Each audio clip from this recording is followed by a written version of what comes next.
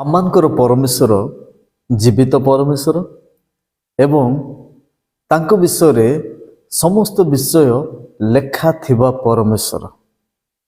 ତେବେ ଆସନ୍ତୁ ପ୍ରିୟ ବାପା ମା ଭାଇ ଭଉଣୀମାନେ, ମୁଁ ଆପଣମାନଙ୍କୁ ଆଜି ବାଇବଲର କେତେଟା ପଦପର୍ବ କେତେଟା ରେଫରେନ୍ସ ଦେବି, ଯାହାଦ୍ୱାରା କି ଆମମାନେ ଈଶ୍ୱରଙ୍କ ସମ୍ବନ୍ଧରେ ବାଇବଲରେ ଖୋଜି ବାହାର କରିପାରିବା, ଜାଣିପାରିବା। ହୁଏତ ଏହି ରେଫରେନ୍ସ ଗୁଡ଼ିକ ଆପଣଙ୍କୁ ଈଶ୍ୱରଙ୍କ ସମ୍ବନ୍ଧରେ ଜାଣିବାରେ ସହାୟକ ହୋଇପାରିବ। ତେବେ ଆସନ୍ତୁ ଆମମାନେ ପ୍ରଭୁ ଯୀଶୁ ଖ୍ରୀଷ୍ଟଙ୍କ ବିଷୟରେ ଯେଉଁ ଆଜି ମଧ୍ୟ ଏବଂ ଗତ ଦିନମାନଙ୍କରେ ମଧ୍ୟ ଗୋଟିଏ ଆଲୋଚନାର ବିଷୟ ରହୁଅଛି। କିଭଳି ପ୍ରଭୁ ଯୀଶୁ ଖ୍ରୀଷ୍ଟଙ୍କର ଜନ୍ମ ହେଲା, କ'ଣ ସେ ଜଗତକୁ କାହିଁକି ଆସିଲେ, କି ପ୍ରକାର ଜୀବନ ଅତିବାହିତ କଲେ, এই तमाम କ୍ୱେଶ୍ଚିନ୍ ଆମମାନଙ୍କର ବିଚାର ଚାଲିଅଛି ବା ଅନେକ ତର୍କ ମଧ୍ୟ ଚାଲିଅଛି। ତେବେ ଆସନ୍ତୁ ମୁଁ କେତେଟା ରେଫରେନ୍ସ ଦେବି, ଯାହାକି ପ୍ରଭୁ ଯୀଶୁ ଖ୍ରୀଷ୍ଟଙ୍କ ସମ୍ବନ୍ଧରେ ଆପଣ ଅଧିକରୁ ଅଧିକ ଜାଣିପାରିବେ। ପ୍ରଥମେ ହେଲା ଆମମାନଙ୍କର ପ୍ରଭୁ ଯୀଶୁଙ୍କ ଜନ୍ମ। ପ୍ରିୟମାନେ, ତାଙ୍କର ଜନ୍ମ ବିଷୟରେ ଆପଣମାନେ ବାଇବଲର ଲୁକଲିଖିତ ସୁସମାଚାର 2 ଅଧ୍ୟାୟ ପାଠ କଲେ ଆପଣ ସମ୍ପୂର୍ଣ୍ଣ ରୂପେ ଜାଣିପାରିବେ। ଏବଂ ସେଇଠି ପ୍ରଭୁ ଯୀଶୁ ଖ୍ରୀଷ୍ଟଙ୍କର ଜନ୍ମ ଉତ୍ତାରେ ଯେଉଁ ନାମଲେଖା କାର୍ଯ୍ୟ ଆରମ୍ଭ ହୋଇଥିଲା, ତାହା ପ୍ରଥମ ପ୍ରଭୁ ଯୀଶୁ ଖ୍ରୀଷ୍ଟଙ୍କର ଜନ୍ମ ସମୟରେ ହିଁ ନାମଲେଖା କାର୍ଯ୍ୟ ଆରମ୍ଭ ହୋଇଥିଲା। ଲୁକଲିଖିତ ସୁସମାଚାର 2 ଅଧ୍ୟାୟ 1 ପଦରେ ତାହା ଆପଣମାନେ ପାଇପାରିବେ, ଯେଉଁ ସମୟରେ କି ଯୀଶୁଙ୍କର ନାମ ସିରିଆର ଶାସନକର୍ତ୍ତାଙ୍କ ଠାରେ ଲିପିବଦ୍ଧ। ଆୱାର ଗଡ୍ ଇଜ୍ ରେକର୍ଡେଡ୍ ଗଡ୍। ତେଣୁ ଆମମାନେ ଏହି ବିଷୟ ଜାଣିବା ଆବଶ୍ୟକ। ଏବଂ ସେ ଲୁକଲିଖିତ ସୁସମାଚାର 2 ଅଧ୍ୟାୟ 4 ପଦରେ ଆମେ ଦେଖୁଛୁ ଯୀଶୁଙ୍କର ବଂଶ ଓ ଗୋଷ୍ଠୀ ବା ଯେଉଁ ବଂଶରୁ ସେ ଆସୁଅଛନ୍ତି, ଦାଉଦଙ୍କ ବଂଶରୁ ଆସୁଅଛନ୍ତି, ସେ ସମ୍ପର୍କରେ ଆପଣମାନେ ସେହି ଅଧ୍ୟାୟରେ ପାଇପାରିବେ। ଏବଂ 2 ଅଧ୍ୟାୟର 21 ପଦରେ ଆପଣ ପାଇପାରିବେ ଯେ ପ୍ରଭୁ ଯୀଶୁ ଖ୍ରୀଷ୍ଟ ଯିହୁଦୀମାନଙ୍କର ରୀତି ଅନୁସାରେ ଅଷ୍ଟମ ଦିନରେ ସୁନତ ବା ନାମକରଣ କରାଯାଇଥିଲା। ଏବଂ ମାଥ୍ୟୁ ଲିଖିତ ସୁସମାଚାର 1 ଅଧ୍ୟାୟ 21 ପଦରେ ଆମେ ଦେଖୁଅଛୁ ଯେ ତାହାଙ୍କର ନାମକରଣ ମନୁଷ୍ୟମାନଙ୍କ ଦ୍ୱାରା ହୋଇନଥିଲା। ତାହାଙ୍କର ନାମ ମନୁଷ୍ୟମାନଙ୍କ ଦ୍ୱାରା ନୁହେଁ, ଈଶ୍ୱରଙ୍କର ଦୂତ ତାଙ୍କୁ ସେହି ନାମକରଣ ଦେଉଅଛନ୍ତି। ପ୍ରିୟମାନେ, ପ୍ରଭୁ ଯୀଶୁ ଖ୍ରୀଷ୍ଟଙ୍କର ନାମ କୌଣସି ବାପା ମା କିମ୍ବା ମନୁଷ୍ୟ ଦ୍ୱାରା ନାହିଁ। ଏବଂ ଆଉ ଗୋଟିଏ ବିଷୟ ଲୁକଲିଖିତ ସୁସମାଚାର 2 ଅଧ୍ୟାୟ 40 ପଦରେ ଆମେ ଦେଖୁଅଛୁ ଶିଶୁ ଯୀଶୁ ବୃଦ୍ଧି ପାଉଛନ୍ତି, ଆଉ ସେ ଜ୍ଞାନରେ ଏବଂ ଅନୁଗ୍ରହରେ ବୃଦ୍ଧି ପାଉଥିବା ଆମେ ଦେଖିପାରୁଅଛୁ। ଏବଂ 2 ଅଧ୍ୟାୟ 41 ପଦରେ ଆମେ ଦେଖୁଅଛୁ ଯେ ଯିହୁଦୀମାନଙ୍କର ରୀତି ଅନୁସାରେ ପ୍ରତ୍ୟେକ ବର୍ଷ ଜେରୁସାଲେମରେ ନିସ୍ତାର ପର୍ବର ଆୟୋଜନ ହେଉଥିଲା। ଏବଂ ସେହି ସମୟରେ ପ୍ରଭୁ ଯୀଶୁ ଖ୍ରୀଷ୍ଟ ସେହି ସ୍ଥାନକୁ ନିଜ ବାପା ମାଙ୍କ ସହିତ ସେ ଯାଉଛନ୍ତି। ଏବଂ ସେହି ଲୁକଲିଖିତ ସୁସମାଚାର 2 ଅଧ୍ୟାୟ 46 ପଦରେ ଆମେ ଦେଖୁଅଛୁ ଶିଶୁ ଯୀଶୁଙ୍କୁ ପଣ୍ଡିତମାନଙ୍କ ପ୍ରଶ୍ନ ଉତ୍ତର ଏବଂ ସେହି ବାଳକ ଯୀଶୁଙ୍କ ସହିତ ମନ୍ଦିରରେ ସମୟ କ୍ଷେପଣ କରୁଛନ୍ତି। ପଣ୍ଡିତମାନଙ୍କ ସହିତ ବାର୍ତ୍ତାଳାପ କରୁଛନ୍ତି। ପଣ୍ଡିତମାନଙ୍କ ସହିତ ଯୁକ୍ତି ବା ଅନେକ ବିଷୟରେ ପ୍ରଶ୍ନ ଉତ୍ତର ହେଉଅଛି। ପଣ୍ଡିତମାନେ ପ୍ରଭୁ ଯୀଶୁ ଖ୍ରୀଷ୍ଟ ବାଳକ ଥିବା ସମୟରେ ସେମାନେ ହତବାକ ହେଉଛନ୍ତି, ଆଚମ୍ବିତ ହେଉଛନ୍ତି। ପ୍ରଭୁ ଯୀଶୁ ଖ୍ରୀଷ୍ଟଙ୍କର ପିତାମାତାଙ୍କର ସହିତ ସେ ନିଜ ଘରେ ରହିବା ବିଷୟରେ ମଧ୍ୟ ଲେଖାଯାଇଅଛି, ଯାହାକି ଲୁକ 2 ଅଧ୍ୟାୟ 51 ପଦରୁ 52 ପଦ ମଧ୍ୟରେ ଆମେ ଦେଖୁଅଛୁ ଯେ ବାପା ମାଙ୍କର ବଶରେ ସେ ରହିଛନ୍ତି। ଅନେକ ସମୟରେ ଏହି ବିଷୟକୁ ନେଇ ଯୁକ୍ତି ହେଉଅଛି, ତର୍କ ହେଉଅଛି। ତେଣୁ ଏହିସବୁ ବିଷୟ ଗୁଡ଼ିକ ଆମମାନେ ଅଧ୍ୟୟନ କଲେ ସମ୍ପୂର୍ଣ୍ଣ ରୂପେ ପ୍ରଭୁ ଯୀଶୁ ଖ୍ରୀଷ୍ଟଙ୍କର ଜନ୍ମ ଠାରୁ ମୃତ୍ୟୁ ପୁନରୁତ୍ଥାନ ପର୍ଯ୍ୟନ୍ତ ଆମମାନେ ରେକର୍ଡ ଦେଖିପାରୁଅଛୁ। ଏବଂ ମୁଁ କହିବାକୁ ଚାହେଁ ପ୍ରଭୁ ଯୀଶୁ ଖ୍ରୀଷ୍ଟ ଯାହାଙ୍କ ବିଷୟରେ ଆପଣ ଗୁଗଲରେ ସର୍ଚ୍ଚ କରନ୍ତୁ, ଆପଣ ୟୁଟ୍ୟୁବରେ ଦେଖନ୍ତୁ, ଯେଉଁଥିରେ ମୋତେ ଦେଖିବେ ପ୍ରଭୁ ଯୀଶୁ ଖ୍ରୀଷ୍ଟଙ୍କ ବିନା ଆଉ କୌଣସି ସ୍ଥାନରେ ଏ ପ୍ରକାର ଲେଖାଯାଇ ନାହିଁ। ତାହା କ'ଣ?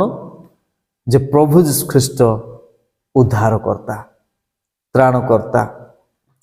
ଯଦି ଆପଣ ପ୍ରେରିତ ପୁସ୍ତକ 4:12 ପଢ଼ିବେ, ଆପଣ ଦେଖିବେ ତାହାଙ୍କ ଛଡ଼ା ଆଉ କାହାଠାରେ କୌଣସି ନାମ ମନୁଷ୍ୟମାନଙ୍କ ମଧ୍ୟରେ ଦିଆଯାଏ ନାହିଁ। ଆକାଶ ତଳେ କୌଣସି ନାମ ନାହିଁ ଯୀଶୁଙ୍କ ନାମ। କାରଣ ଯାହାଙ୍କ ଦ୍ୱାରା ଆମମାନେ ପରିତ୍ରାଣ ପାଇବା, ମନୁଷ୍ୟ ପରିତ୍ରାଣ ପାଇବ, ଉଦ୍ଧାର ପାଇବ, ମୋକ୍ଷ ପାଇବ, ସେଇ ନାମ ଯୀଶୁ ନାମ। ତେଣୁ ଯୀଶୁ ଖ୍ରୀଷ୍ଟ, ଜିଜସ୍ ଖ୍ରାଇଷ୍ଟ ଯେତେବେଳେ ଆପଣ ଗୁଗଲରେ ମାରିବେ ଆପଣଙ୍କୁ ସ୍ପଷ୍ଟ ଭାବରେ ଲେଖା ଥିବା ଦେଖିବେ।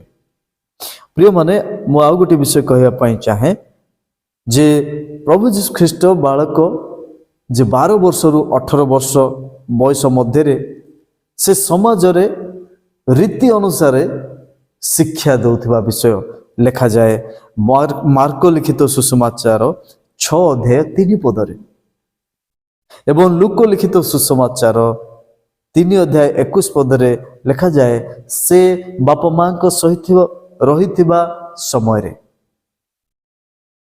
ସେ ଜଳରେ ଦୀକ୍ଷା ନେଇଥିଲେ, ବାପ୍ତିସ୍ମ ନେଇଥିଲେ ବା ଡୁବନ ନେଇଥିଲେ। ଯଦି ଆମମାନେ ଲୁକ ସେଇ 3:23 ଆମମାନେ ଦେଖିବା, ସେ ସେବା କାର୍ଯ୍ୟ କଲେ। 30 ବର୍ଷ ବୟସରେ ସେ ସେବା କାର୍ଯ୍ୟ ଆରମ୍ଭ କଲେ। ଆମମାନେ ପ୍ରଭୁ ଯୀଶୁ ଖ୍ରୀଷ୍ଟଙ୍କ ବିଷୟରେ ସେବା କାର୍ଯ୍ୟ ସେ ଯେତେବେଳେ କରିବାକୁ ଯାଉଛନ୍ତି, ଦୀର୍ଘ 40 ଦିନ ସେ ଉପବାସ ପ୍ରାର୍ଥନା କଲେ। ତାଙ୍କ ଜୀବନର ଏହା ବିଶେଷ ଦିନ ଗୁଡ଼ିକ ରହିଥିଲା। ସେ ନିଜର କାର୍ଯ୍ୟ ଆରମ୍ଭ କରିବା ପୂର୍ବରୁ ସେ ପ୍ରାର୍ଥନା କଲେ, ଉପବାସ ପ୍ରାର୍ଥନା କଲେ। ଯୋହନ 2:13 ଆମମାନେ ଯଦି ପଢ଼ୁଅଛୁ ଏବଂ ଯୋହନ 6:4, 11:55 ଏହି ନିସ୍ତାର ପର୍ବ ଗୁଡ଼ିକରେ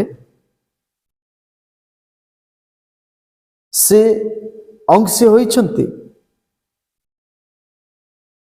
ପ୍ରିୟମାନେ, ଲୁକ ଲିଖିତ ସୁସମାଚାର 23:21 ସ୍ପଷ୍ଟ ଭାବରେ ଆମେ ଦେଖୁଛୁ ସେଇଠି କ୍ରୁଶରେ ହତ ହେଉଛନ୍ତି ଏବଂ ତାଙ୍କରି ମୃତ୍ୟୁ ମଧ୍ୟ ରେକର୍ଡେଡ। ଲୁକ 23:46 ସେ ନିଜର ଆତ୍ମାକୁ ସମର୍ପଣ କରୁଅଛନ୍ତି ଏବଂ 24:6 ଆମମାନଙ୍କର ପ୍ରଭୁ ଯୀଶୁ ଖ୍ରୀଷ୍ଟ ମୃତ୍ୟୁକୁ ଜୟ କଲେ।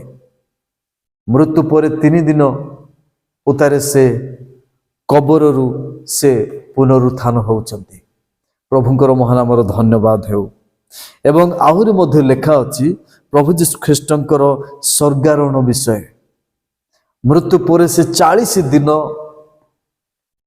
ନିଜ ଶିଷ୍ୟମାନଙ୍କ ସହିତ ଅନେକ କାର୍ଯ୍ୟ, ଶିକ୍ଷା, ସେ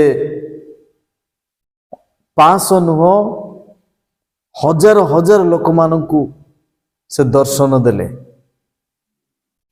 ଶିକ୍ଷା ଦେଲେ ଏବଂ ଦୀର୍ଘ 40 ଦିନ ସେ ରହିଲା ଉତ୍ତାରେ ସେ ସ୍ୱର୍ଗାରୋହଣ କଲେ। ଏବଂ ଆଉ ଗୋଟିଏ ବିଷୟ ତାଙ୍କ ସମ୍ବନ୍ଧରେ ଲେଖା ଅଛି, ପ୍ରଭୁ ଯୀଶୁ ଖ୍ରୀଷ୍ଟ ଆଉ ଥରେ ଦ୍ୱିତୀୟ ଥର ସେ ଜଗତକୁ ଆସିବେ। ପ୍ରେରିତ 1:11 ଲେଖାଯାଏ, दूत माने कहउचंती जो प्रभु यीशु ख्रीष्ट को तुम्हें स्वर्ग को जीवार देखुछ से सही परी पुनर्बार द्वितीय थर आगमन करिवे।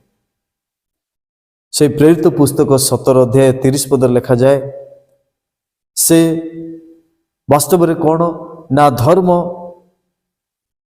परिवर्तन निमंते नुह वास्तव में प्रभु यीशु ख्रीष्ट मन परिवर्तन करने को आमान को से वाक्य द्वारा कहते आमाने जो पर्यंत मन परिवर्तन करना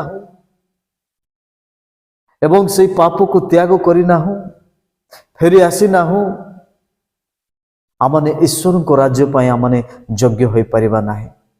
आज मानव समाज पाई यही सुसंवाद प्रभु मान को देइचंती आमाने जेते बड़ पापी हेले मध्य जगत रे समाज रे घृण्य हेले मध्य जणे ईश्वर प्रभु यीशु ख्रीष्ट जे कि आपण को मते क्षमा देबे से ग्रहण करिवे जगत ग्रहण करिबो नाही किंतु प्रभु यीशु ख्रीष्ट ग्रहण करिवे। प्रिय भाई भौणी माने मु कहबा पई चाहे सेही प्रभु यीशु ख्रीष्ट को विषय रे संपूर्ण भाव रे रेकॉर्ड रही अछि शास्त्र रे एवं यहूदी मानकर इतिहास रे।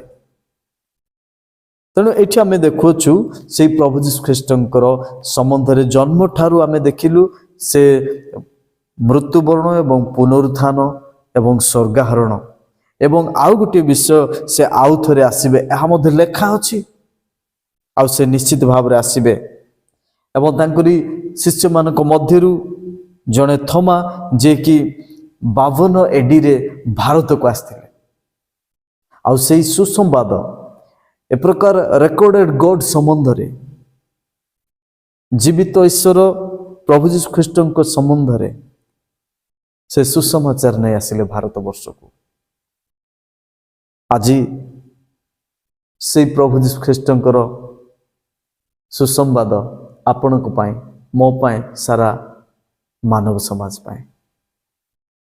तेणु यही शांतिर वार्ता प्रेमर वार्ता आज प्रत्येक को दिया जाउअछि। लोक माने जो माने विश्वास करती से माने मन परिवर्तन करती प्रभु को निजर उद्धारकर्ता भाव रे स्वीकार करती एथिरे मन परिवर्तन आवश्यकता रहुछि। प्रभु आम समस्त को अनुग्रह करंतु दया करंतु आमने जेपरि सत्य परमेश्वर को जानिबा। प्रिय माने दिन आसीबो आमाने प्रभुंकर से विचार दिन रे प्रभुंक सम्मुख रे ठिया हेबाकू पड़िबो। तेणु समय थाउ थाउ आमाने जणे सत्य परमेश्वर प्रभु यीशु ख्रीष्ट को आमाने जानिबा आवश्यक विश्वास करबा आवश्यक। चॉइस आपणकर प्रभु आम समस्त को आशीर्वाद करंतु। आसंतु आमाने पदे प्रार्थना करिबा। हे आमानकर मंगलमय प्रभु प्रभु आमे तुमको धन्यवाद देवछु आज इस समय पाए प्रभु तुमरी से सत्य वाक्य द्वारा अल्प समय आलोचना करिया पाए। प्रिय प्रभु आज तुमरी सत्य विषय को जानी नथिबा प्रिय तुमरी एही पुओ झियो मानक निमंते आमाने प्रार्थना करूछु। प्रभु ए भाई भणी माने जेपरि सत्य एवं युक्तियुक्त वाक्य तुम्हें जे उद्धार करता तुम्हें जे हाँ प्रभु तुमरी से योजना को प्रकाश कल पुणी प्रभु यीशु ख्रीष्ट को जगत को पठाइल आमानकर उद्धार निमंते क्रूस रे से निज को बलि स्वर्ग कले पुणी से मृत्यु को जय कले तृतीय दिन रे उठिले। प्रभु से जीवित अवस्था रे स्वर्गारोहण कले आउ से पुनर्बार आसीबे।